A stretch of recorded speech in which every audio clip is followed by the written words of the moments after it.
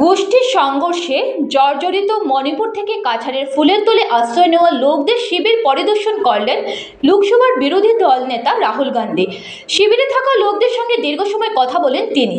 কংগ্রেস নেতা রাহুল গান্ধীকে কাছে পেয়ে নিজেদের দুঃখ দুর্দশার কথা তুলে ধরেন শিবিরে থাকা লোকজন। আজ সকালে শিলচরের কুম্ভীরগ্রাম বিমানবন্দরে অবতরণ করেন লোকসভার বিরোধী দল নেতা রাহুল গান্ধী।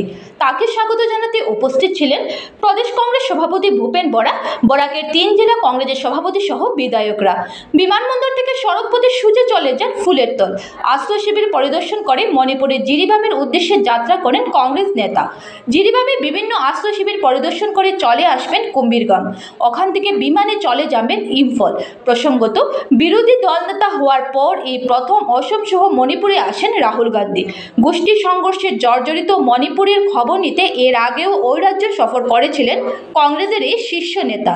এভাবে ভালো ভালো খবর পেতে আমাদের চ্যানেলটি সাবস্ক্রাইব করতে ভুলবেন না।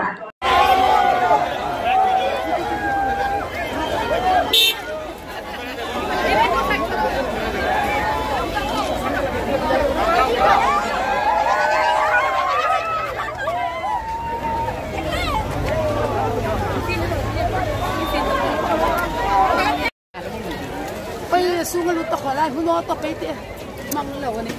Lai tu ni lama, ini.